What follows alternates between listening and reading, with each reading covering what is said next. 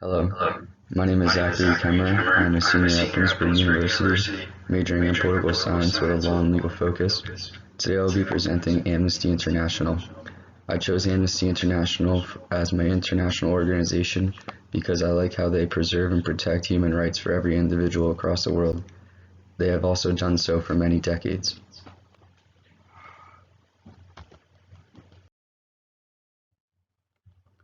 Amnesty International was founded in May of 1961 by Once it's done Birchford screen Peter recording, I'm Benenson. literally done. Mr. Benenson wrote an article in the newspaper, The Observer, calling for global unity in the pursuit of freedom for all. He was motivated to write this article after two Portuguese students were thrown in jail for toasting in public. After the article, it quickly developed into a worldwide organization. It was translated into many languages for people to read all around the world. Initially, the purpose and effort for Mr. Benenson and his supporters was to uphold the United Nations Universal Declaration of Human Rights. This would be done so for all people, regardless of country, color, or creed. By doing so and pursuing human rights violations all over the globe, they would be able to highlight their importance and free people from coercive regimes all over.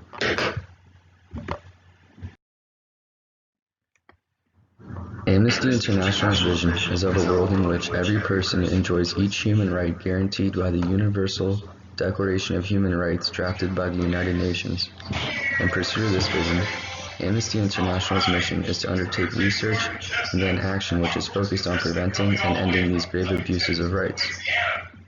The core value of Amnesty International is to form a global community of human rights defenders, which are based on the principles of international solidarity, effective action for individual victims, global coverage, the universality and indivisibility of all human rights, impartiality, independence, democracy, and mutual respect for all. The main objective of Amnesty International is to fight against human rights violations. These violations are very broad, but may include genocide, torture, political or ideological imprisonment, war crimes, human trafficking, just to name a few. They accomplish these goals in a variety of fields, such as providing legal advocacy, drawing attention through the media, doing a direct campaign, research, and lobbying on behalf of the problem. Over the years, Amnesty International has developed into one of the most known non-governmental organizations around the world, achieving many major things. As previously stated, the organization was created in 1961 with Mr. Benenson's article titled Appeal for Amnesty. Just 2 years later, in 1963, Amnesty International completed its first successful mission by freeing political prisoner Joseph Slipy, a Ukrainian bishop who was jailed in Serbia for preaching his religious beliefs.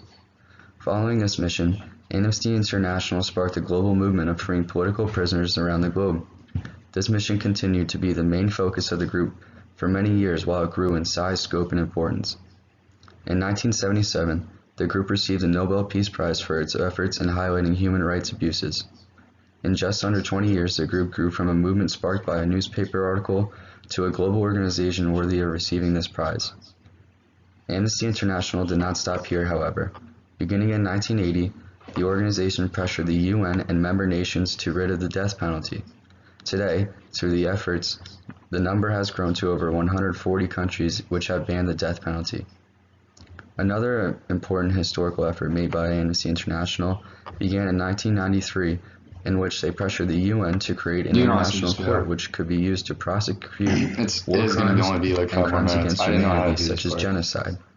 I thought In 2002, the International Criminal Court, the ICC, was created by the UN. Finally, in 2007, the organization freed its first political prisoner convicted of an ideological crime through the internet. This will certainly be an interesting sector for the group in the years to come. As an organization, Amnesty International is truly a global movement with more than 7 million members worldwide. They are a non-profit, INGO, or International Non-Governmental Organization. Its headquarters can also be found in London, England. The organization runs a bottom-up approach with individual members such as activists, eventually leading to a Secretary General, who is currently Kumi Naidu. The individual members come together with official organizations that may be found at universities, churches, or at the state level. Then, 70 sections of individual countries come together to form the collective interest. For example, Amnesty International Sweden is part of the core Amnesty International global movement. These 70 sections then report to 7 international secretariats, who report to an international board. Which follows is the International Secretary General, who as previously stated is Kumi Naidu, who makes all final decisions for the organization. Since the organization is massive, it is hard to collect all the interests of 7 million members worldwide. By establishing this bottom-up approach, Amnesty International makes sure that the voices of all members are heard in order to truly uphold their mission. Amnesty International uses a 3-step approach to activism to participate in global governance. The first step is research, in which experts conduct accurate cross-check research to check for human rights violations by governments and others worldwide. The second step is advocacy and lobbying, in which analysis is used to influence and press governments, companies, and other decision makers to do the right thing. The third step is campaigns and actions, which uses petitions, letters, and protests to press for action from people and institutions who can make it happen. Overall, the group has been the main avenue for ordinary people to gather against human rights abuses. From torture to the death penalty, without Amnesty International, these violations may continue to come to fruition.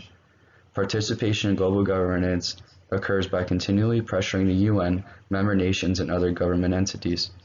There exist many examples of this throughout the history of the organization, but major ones to consider may be pressuring the UN to create the ICC, advocacy for ridding of the death penalty, and recent work done in human trafficking.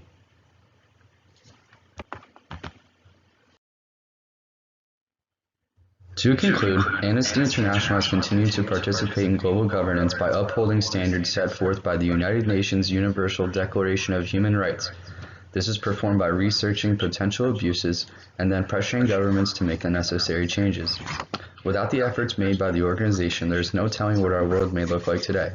Simply put, the efforts made by Amnesty International in ending torture, genocide, human trafficking, and upholding freedom has allowed for a safer and more prosperous world. While there exist many international organizations, almost none reach the size and scope of Amnesty International. Its importance cannot be minimized or unrecognized.